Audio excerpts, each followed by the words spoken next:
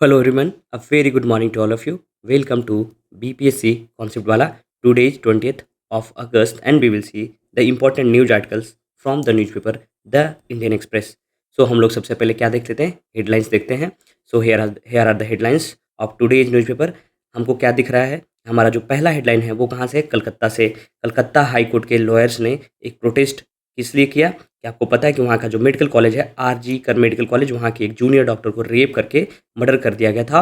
और according to the एटॉप्सी report क्या बोला गया है कि जो डेथ है ड्यू टू स्ट्रैंगुलेशन, गला घोट के मार दिया गया था. और बोला गया है कि 16 एक्सटर्नल और 9 इंटरनल इंजरीज है.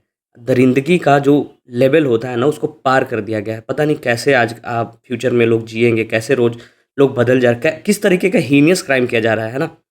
तो उसके बाद दूसरा जो हमारा जो अ, ये हेडलाइन है वो है कि जो चिराग पासवान है, चिराग पासवान कौन है, हमारे फूड प्रोसेसिंग मिनिस्टर हैं. और वो कौन से पार्टी को लीड कर रहे हैं, एलजेपी को, लोक जनशक्ति पार्टी. रामविलास, रामविलास कौन थे, रामविलास बिहार के बहुत बड़े लीडर थे, उन्हीं के बेटे हैं ये, ठीक है. और ये एलजेपी पार्टी रामविलास को लीड कर रहे हैं. तो वो अभी क्या है, आपको पता है कि अभी एनडीए की गवर्नमेंट चल रही है. तो एनडीए का जो दो पार्टनर है, जेडीयू, एलजेपी और टीडीपी, इन्हीं के अगर ये तीनों अपना हटा लेंगे सहमति, तो क्या होगा, गवर्नमेंट नहीं फॉर्म कर पाएंगे एनडीए बीजेपी वाले.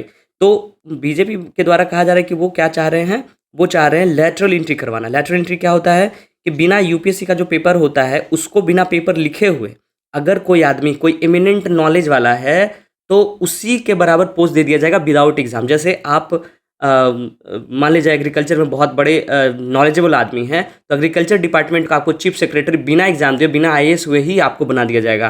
तो उसी के लिए ये बोल रहे हैं कि जो ये मैटर ऑफ कंसर्न है, और कह रहे हैं कि should not be giving a weapon in the hands of opposition, says KC Tyagi. JDU के केसी त्यागी हैं वो, और एलजेपी के जो चिराग पासवान हैं, दोनों तैयार नहीं हैं कि ये लेटरल एंट्री होना चाहिए. हालांकि जो तेलुगु देशम पार्टी है उन्होंने सपोर्ट किया है, ठीक है. बाकी देखना होगा आगे में क्या होता है, उसके बाद इसको देखा जाएगा, ठीक है.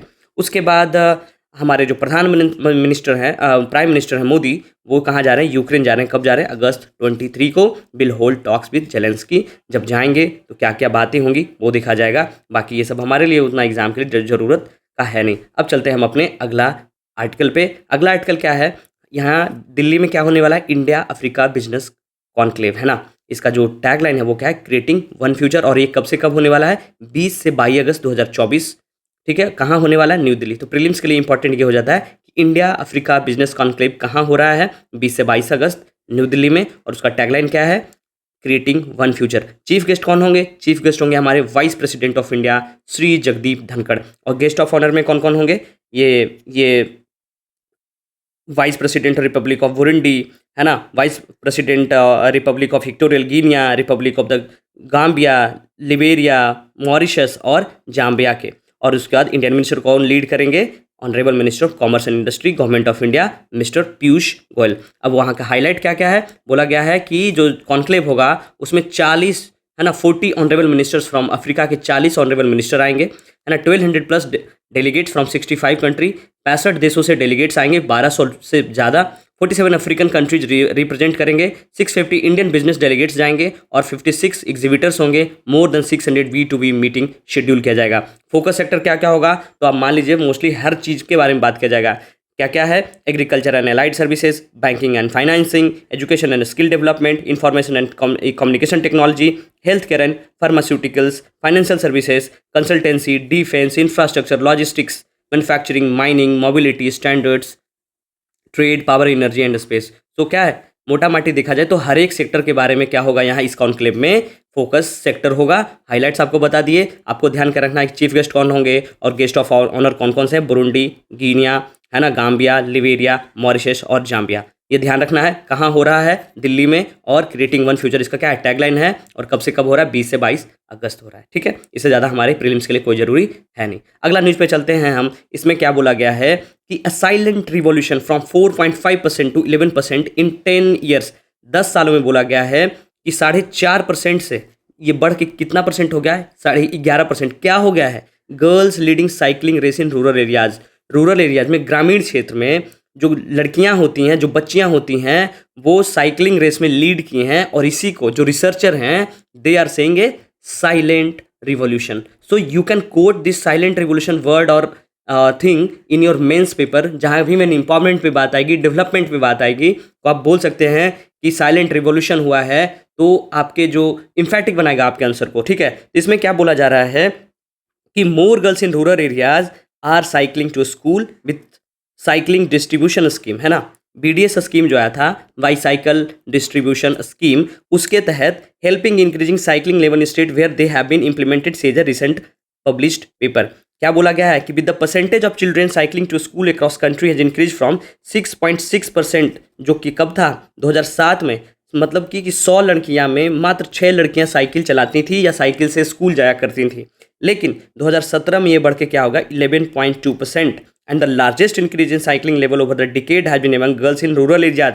सबसे ज़्यादा कौन से क्षेत्र में? ग्रामीण क्षेत्र में, ग्रामीण इलाके में 4.5 से बढ़ के कितना हो गया 11% हो गया. तो ये क्या है, एक बहुत ही मार्केबल इंक्रीज है ना, इम्पावरमेंट में, गर्ल्स इम्पावरमेंट में. बोला गया कहाँ के रिसर्चर हैं? IIT दिल्ली और Narsee Monjee institute of management studies. ये दोनों मिलके एक रिसर्च पेपर बनाए हैं और उसमें क्या कहा गया है कि this rise in cycling among the girls in rural areas is a silent revolution in their paper in the Journal of Transport Geography. Paper का नाम क्या है? Journal of transport geography. उसमें वो क्या कह रहे हैं कि जो जो लड़कियों के बीच में, जो बच्चियों के बीच में जो साइकिलिंग का जो ये चलन बहुत ज़्यादा बढ़ा है, उसको क्या बोल रही है? साइलेंट रिवॉल्यूशन बोल रहे हैं. ये पेपर किनके द्वारा लाया गया था? The paper by Srishti Agarwal, Rahul Goyal and Aditya Seth. और वो कहाँ से डेटा यूज किए? वो डेटा यूज किए national sample survey on social consumption, वहाँ से डेटा यूज किए. और वो क्या बोल रहे हैं 2007-8, 2014 और 2017-18 में ओवर ए डिकेड वो कवर किए और बताया कि क्या एक साइलेंट रिवॉल्यूशन है. अग्रवाल जो है, कौन है? मिस्टर अग्रवाल PhD स्कॉलर है, कहाँ? IIT दिल्ली के. वो क्या कर रहे हैं? It is a revolution because India has the highest level of e mobility among females and women are much less likely to make a trip outside home compare to men. ये बोल रहे हैं कि जो अगर हम कंपेयर करेंगे main और वीमेन या मेल और फीमेल या मेल चाइल्ड या फीमेल चाइल्ड के बारे में, तो जो लड़कियां हैं वो बहुत कम निकलती थी. वीमेन आर ये less likely to make a trip outside from compare to men. ठीक है, ये बोला गया है. तो ये क्या बोल रहे हैं? रिवॉल्यूशन, उसी के बारे में बोला गया कि ये किस चीज़ के बारे में बात कर रहा है? Gender inequality in cycling in India should be seen with in the broader context of patriarchal norms that restrict mobility of women. ये पेपर में कहा गया है. उसके बाद बोला गया कि अमंग स्कूल गोइंग चिल्ड्रेन, जो 5 से 17 साल की जो बच्चियां हुआ करती थी, वो cycling level in rural areas increase 2 fold, है ना, वो दुगना बढ़ा है. 6.3% इन 2007 में कितना था? 6.3, जो बढ़ के 2017 में कितना हो गया? 12.3%. The level in urban areas did not show a significant change over the decade from 7.8% to. अगर रूरल अर्बन एरियाज में बोल रहे हैं कि 2017 में एक 7.8% जाती थी, वो ज़्यादा बढ़ के 8.3% हुआ है. लेकिन ग्रामीण क्षेत्र में 6.3% से जो इंक्रीज है वो बढ़ के 12.3% हो गया है. The paper notes that researcher found strong evidence that bicycle distribution scheme, और वो किसको जिम्मेवार ठहरा रहे हैं कि क्यों ऐसा इनरिचमेंट बढ़ा है? Due to BDS scheme, bicycle distribution scheme के बारे में. उसके बाद आपको पता है यहाँ पे एक डेटा दिया हुआ है कि कौन कौन से स्टेट में कि 2007 में कितना था और 2017 में वो बढ़ के कितना हो गया. तो आप देखेंगे सबसे ज़्यादा कहाँ? वेस्ट बंगाल में. और उसके बाद बिहार में देखेंगे कि 1.7% से बढ़ के वो 13.5% होगा. तो ये डेटा ध्यान रखिएगा. अभी हाल में आपको पता है कि 15 अगस्त के ओकेजन पे हमारे जो CM नीतीश कुमार हैं, उन्होंने अपने स्पीच में भी साइकिल डिस्ट्रीब्यूशन स्कीम पे वो क्या किए हैं? इम्फेसिस किए थे. इसलिए this article is going to be very important for our exam point of view. इसलिए आपको चलिए क्या बताना है कि बिहार में सबसे पहले कौन से ईयर में साइकिल डिस्ट्रीब्यूशन स्कीम जो है वो लाया गया. आपको बता देंगे ये 2 तरह से, सबसे पहले गर्ल्स के लिए लाया गया था, उसके बाद उसको क्या कर दिया गया था? बॉयज़ प्लस गर्ल्स दोनों के लिए किया गया था. अभी हाल में ही हम 2 दिन पहले एक वीडियो में डिस्कस किया बहुत ही डिटेल में कि वो कौन कौन सा स्कीम का जिक्र किए हैं अपने स्पीच में, और वो सारा इंपॉर्टेंट हो जाता है. जो लोग नहीं देखे हैं उसको एक बार देख लीजिएगा, नोट्स बना लीजिएगा, क्योंकि प्रीलिम्स, मेंस, इंटरव्यू, हर चीज़ के लिए वो इंपॉर्टेंट हो जाता है. ठीक है.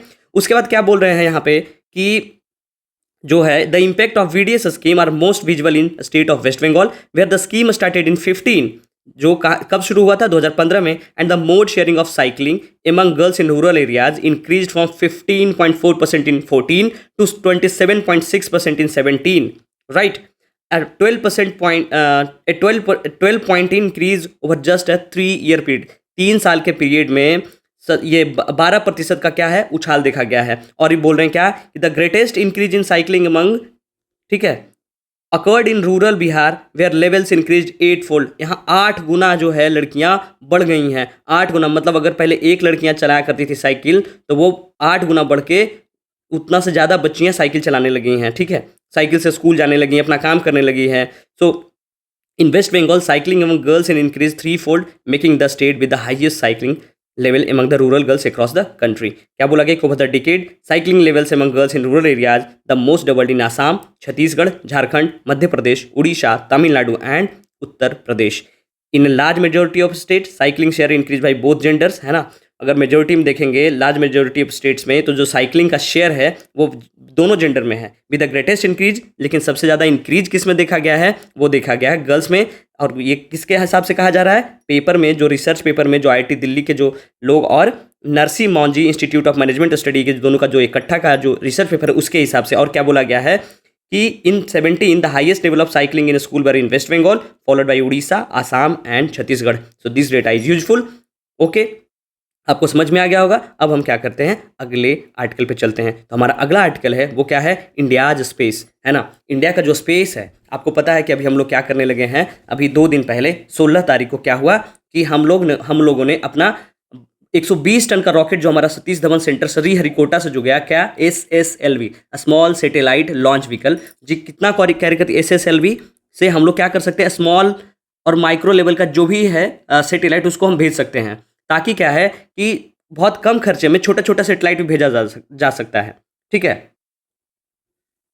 SSLV का जो कैपेसिटी है वो कितना है, 500 kg तक ये कैरी कर सकती है, ठीक है।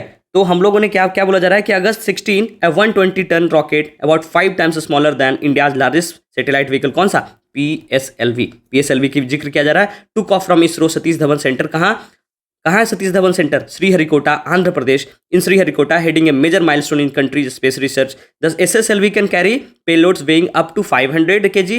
These space capsules had to earlier wait for months even years to hatch। वही बता रहे कि जब PSLV जब हमारे पास था तो एक साथ ढेर सारा सैटेलाइट करके उतना पेलोड दिया जाता था, तब ना हम करेंगे, क्योंकि आपका कैपेसिटी बहुत ज़्यादा है, आप कम कैपेसिटी में ज़्यादा खर्च करेंगे तो वो क्या हो रहा था, अनइकोनॉमिकल हो रहा था।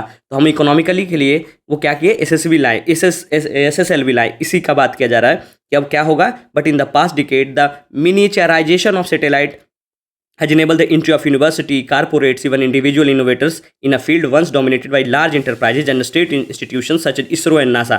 कि जो पहले क्या था, जो बड़ा बड़ा इंस्टीट्यूशन हुआ करता था उसी का बस दखलंदाजी होता था। अब क्या है कि छोटा यूनिवर्सिटी, अगर कोई यूनिवर्सिटी है वो चाह रहा है कि मेरा एक सैटेलाइट जाना चाहिए, या कोई कारपोरेट सेक्टर है वो एक सैटेलाइट लॉन्च करना चाहता है, या फिर कोई इंडिविजुअल इनोवेटर है वो, तो उसके लिए क्या हो गया है, वो आसान हो गया है, ठीक है। The SSLV can be proven to a game changer for the micro and nano space station. The launch vehicle can enable the less than a week much a smaller team, है ना। तो उसी के बाद किया जा रहा है कि हम लोग क्या कर रहे हैं, इसरो जो है वो क्या करेगा, प्राइवेट प्लेयर्स को दे देगा कि आप लोग सैटेलाइट लॉन्च करिए, जिससे क्या होगा, हमारे देश का जो रेवेन्यू है वो क्या होगा, बढ़ेगा। इसके लिए जो हम क्या किए हैं कि आपके लिए एक हम PSLV और SSLV में पहले आप डिफरेंस जान लीजिए क्या है। सबसे पहले आपको पता होना चाहिए इसका जो हाइट है SSLV का वो क्या है, 34 मीटर, और PSLV का है 44 मीटर। डाया की बात करेंगे तो 2.8 मीटर। हम हालांकि हमारे लिए इंपॉर्टेंट क्या हो जाता है, बस ये जानना कि नंबर ऑफ स्टेजेस, कि PSLV में 4 स्टेज है और SSLV में 3 स्टेजेस है। लिफ्ट ऑफ मास 320 टन और ये क्या है, 120 टन। पेलोड कैपेसिटी 1750 kg तक का है। इसका क्या है, 10 kg से 500 kg तक, ठीक है। बस यही 3 इंपॉर्टेंट रखना है, क्या क्या, number of stages, payloads capacity और लिफ्ट ऑफ मास। ये 3 इंपॉर्टेंट आपको जान के रखना है, ठीक है। तो इसमें उसके बाद क्या क्या किस लिए बोला गया है कि utility of small satellite increasing expanding variety of sector including weather forecasting. किस चीज के लिए छोटा छोटा जो सैटेलाइट हम भेजने का कोशिश कर रहे हैं वो उसका क्या क्या रीजन हो सकता है कि वेदर फोरकास्ट के लिए, कम्युनिकेशन के लिए, डिफेंस के लिए, अर्बन प्लानिंग के लिए, डिजास्टर मैनेजमेंट के लिए, and they are also crucial enables to growing internet of things. Now what is internet of things, आप हमेशा पढ़ते होंगे IoT, इंटरनेट ऑफ थिंग्स। ये क्या होता है, it's a network of physical device, vehicles, appliances and other physical objects that are embedded with sensors, software, network connectivity along them to collect and share data. क्या है, क्या होता है, एक फिजिकल डिवाइसेस का एक नेटवर्क बनता है जिसमें क्या है कि व्हीकल्स, अप्लायंसेस, जो सॉफ्टवेयर सब मिल के जो एक बनाता है। जैसे आपका फ़ोन है, आपका फ़ोन आपके गाड़ी से कनेक्ट हो गया, ठीक है, आप अपने फ़ोन से घर में क्या करेंगे, इंटरनेट ऑफ थिंग्स के हेल्प से अपने घर का फ़ैन बंद कर सकते हैं, है ना? एसी चालू कर सकते हैं। तो ये सब एक एक दूसरे से जो कनेक्टेड है कि आप घर में हैं, गाड़ी आपकी धूप में लगी हुई है, आप यहीं से क्या करेंगे कि इंटरनेट के हेल्प से अपनी गाड़ी को स्टार्ट करके वहाँ एसी चला देंगे, है ना? वहाँ उस गाड़ी का जो टेम्परेचर वो मेंटेन रखेंगे। तो ये जो इकट्ठे सब एक दूसरे से कनेक्टेड है, उसी को क्या बोलते हैं, इंटरनेट ऑफ थिंग्स, IoT। तो ही बोला जा रहा है कि इंटरनेट ऑफ थिंग्स के लिए भी हम क्या करेंगे, crucial enables of internet of things. There is a near inability market that space tech is set to increase the next 5 years. अब अगर हम बात करेंगे यूएस और EU कंपनीज, है ना, यूरोपियन यूनियन की कंपनीज या फिर US कंपनीज की, तो करेंटली द बिगेस्ट प्लेयर अभी है उसका China, Australia and Russia are the beginning to expand their footprint, है ना।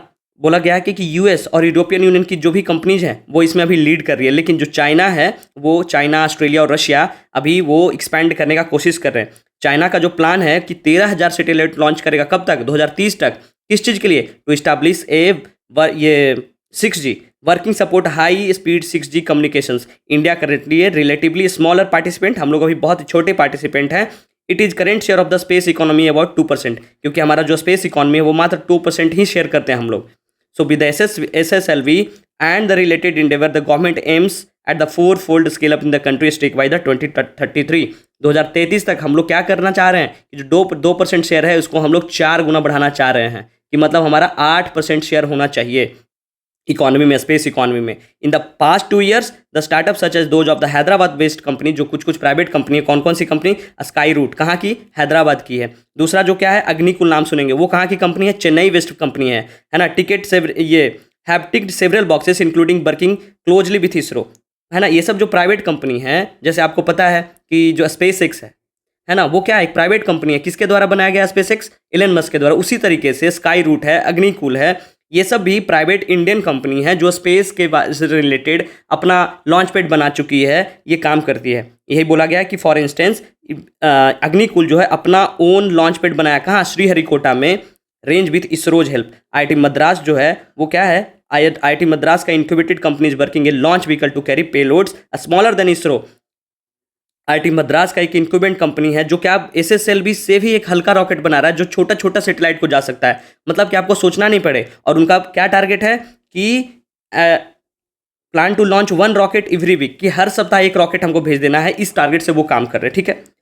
इंडिया का जो स्पेस पॉलिसी है वो कब इंट्रोड्यूस किया गया था, लास्ट ईयर अप्रैल में, और उसके द्वारा बोला गया कि reorganise the country need to transition from ISRO dominated system, कि जो इसरो पे ही हमारा जो सबसे ज़्यादा जो क्या है डोमिनेटेड इकोसिस्टम है उसको चेंज करना है। हमको क्या करना है, इसमें प्राइवेट प्लेयर्स को एंट्री दिलवाना है। At the same time the policy took under the premier agency levelling role to expanding the country footprint in the space, है ना। इसरो का जो वर्क है वो remains crucial to diverse social objective and governance, education, health care, agriculture, climate change mitigation, environmental protection etcetera. Space tech के बारे में बोला जाए कि critical to country's security objective. The challenge now is to frame regulatory mechanism कि अब हमारे लिए चैलेंज क्या है कि ऐसा रेगुलेटरी मैकेनिज्म फ्रेम करना जिसमें क्या हो कि कॉम्प्लीमेंट्स इसरो वर्क भी हो, लेकिन enable manufacturer of a small satellite. ऐसा नहीं कि सारा का सारा काम इसरो को ही करना पड़ रहा है, कुछ ऐसा काम हो जो कुछ छोटा छोटा पार्ट है वो कौन बना पाए, जो प्राइवेट कंपनीज है, प्राइवेट प्लेयर्स हैं वो बना पाएँ, लेकिन साथ साथ जो इसरो का जो उसको हम कॉम्प्लीमेंट दे पाएँ, इसके लिए हम फ्रेमवर्क बनाए। वही हमारे लिए क्या है, चैलेंज है, ठीक है। आपको समझ में आ गया होगा कि हम कहना क्या चाह रहे हैं। ये कहना ये चाह रहे हैं कि स्मॉल सैटेलाइट लॉन्च व्हीकल जो है वो हम स्पेस इकोनॉमी को खोलना चाह रहे हैं। आवर गवर्नमेंट क्या करना चाह रहा है कि जो स्पेस इकोनॉमी है वो सिर्फ और सिर्फ इसरो तक कंस्टेंट ना रहे, इसको हम ओपन करना चाहते हैं कि प्राइवेट प्लेयर्स आएँ, और आप अगर कोई अपना सैटेलाइट लॉन्च करना चाहते हैं तो आपको बहुत कम खर्चे में आपको लॉन्च करवा दिया जाए। इसके लिए क्या करना है, प्राइवेट प्लेयर्स को एंट्री दिलवाना है, उसी पे ही है, ठीक है। अब अगला आर्टिकल पे हम चलते हैं जो हमारा क्या है कि स्टडी इन द स्टॉर्म। आपको पता है कि पोखरान 2 के बारे में बोला गया है, जो उसको क्या बोलते हैं, ऑपरेशन शक्ति, जो हमारा क्या था, न्यूक्लियर टेस्टिंग किया गया था सक्सेसफुली, कब, 1998 में, मई 1998 में, 1998 में। तो उसी के बारे में बोला गया है कि हम लोग जो बनाए थे, हमारा जो लॉ था, क्या बोला गया कि within 50 month of its nuclear test Pokhran 2 India was ready with the draft nuclear doctrine. जो हमारा ड्राफ्ट न्यूक्लियर डॉक्ट्राइन था उसके बारे में कि हम लोग 15 महीना में ही डॉक्ट्राइन बना लिए थे, और अगस्त 17, 1919 को के सुब्रमण्यम, जो कौन थे, NSAB national security advisory board के फर्स्ट कन्वेनर थे, उनके द्वारा, कौन है NSAB? A subsidiary body of national security council, है ना, उनके द्वारा बना लिया गया था। और वो बोला गया था कि presented the document to Brajesh Mishra the country first national security adviser. यहाँ से क्या हमारा स्टैटिक का सवाल बनता है कि देश के पहले नेशनल सिक्योरिटी एडवाइजर कौन थे? वो थे ब्रजेश मिश्रा।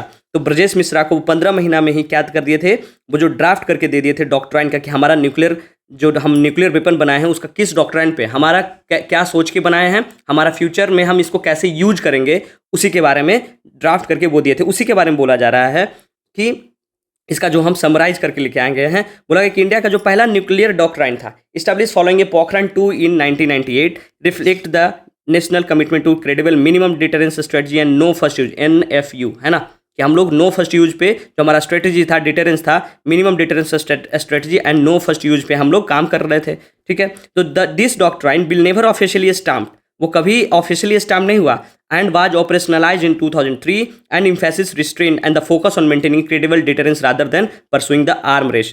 जो डॉक्ट्राइन क्या बोलता है कि डेवलप्ड ओवर 25 साल पहले, जो कि 25 साल पहले वाला, now being reconsidered in the face of sovereignty involving security threats from Pakistan और चाइना। पाकिस्तान और चाइना के कारण बोला जा रहा है कि क्या हमको उसको चेंज करने का जरूरत है, रिकंसिडर करने का जरूरत है। क्यों? क्योंकि जो पाकिस्तान का एग्रेसिव पोस्चरिंग होता है एंड द चाइना का जो एक्सपेंडिंग न्यूक्लियर कैपेबिलिटी होता है to pose significant challenges. However, the article argues that India's current doctrine will still hold validity। जो हमारा पहले का जो डॉक्ट्राइन था 25 साल पहले जो हम बनाए थे, वो अभी भी उसी को सेम हम होल्ड करना चाहते हैं, या emphasizing that nuclear deterrence is the not solely about the number of warheads but about maintaining an effective, flexible and responsible arsenals। जो हमारे पास इफेक्टिव जो कलेक्शन ऑफ आर्सनल्स है, आर्म्स एंड एमुनिशन है, उसके बारे में। उसका बोला क्या गया NFU पॉलिसी के बारे में कि no first use policy of an critique for being reactive is defended as a strategy that avoids the complexity and risk for the first use policy, है ना, which would require a sophisticated and expensive array of delivery system and intelligence capability। The article also dismiss क्या करता idea of tactical nuclear weapon as impractical and destabilizing, advocating instead of continued relevance of India's measured and stable approach to nuclear deterrence। In conclusion में क्या बोला गया कि जो article है वो सपोर्ट किसको कर रहा है? ऑनगोइंग वैलिडिटी ऑफ इंडिया का जो न्यूक्लियर डॉक्ट्रिन है उसको क्या कर रहा है? ये सपोर्ट कर रहा है। लेकिन क्या बोल रहा है? Emphasizing in the role of promoting nuclear stability amid the more aggressive posture of other nuclear state, कि जो और भी न्यूक्लियर स्टेट है, कंट्रीज है, चाइना, हमारा जो नेबर्स है पाकिस्तान और चाइना, उसके लिए हमको क्या करना है कि क्या हमको चेंज करने का जरूरत है? एम्फेसिज कर रहा है role in promoting nuclear stability, है ना, क्योंकि जो दोनों का जो पोस्चर है वो क्या है? एग्रेसिव है। दैट्स वाई इसके लिए लिखा गया है। आप एक बार इसको पढ़ लीजिएगा खुद से, ठीक है, क्योंकि लाइन बाय लाइन पढ़ने में एकदम समझ में आ जाएगा। जो इंपॉर्टेंट है वो आपको बता ही दिए कि पोखरण कब हुआ था? मई 1998 में ऑपरेशन शक्ति के द्वारा। हमारे पहले नेशनल सिक्योरिटी एडवाइजर कौन थे? ब्रजेश मिश्रा। ठीक है, स्माइलिंग बुद्धा सबसे पहले हमारा हुआ था मई 1974 में। अब उसके बाद अगर हम बात करें फादर ऑफ न्यूक्लियर बॉम्ब की, तो वो कौन है? ओपनहाइमर, है ना, जे रॉबर्ट ओपनहाइमर, इन्हीं को बोला जाता है। ये कौन थे? अमेरिकन थ्योरेटिकल फिजिसिस्ट थे। और कौन से ये प्रोजेक्ट था? Project Manhattan. आपको क्या बताना है कि इंडिया में किसको बोला जाता है फादर ऑफ न्यूक्लियर प्रोग्राम? ठीक है, फादर ऑफ न्यूक्लियर प्रोग्राम किनको बोला जाता है इंडिया में? Who is the father of nuclear programme in India?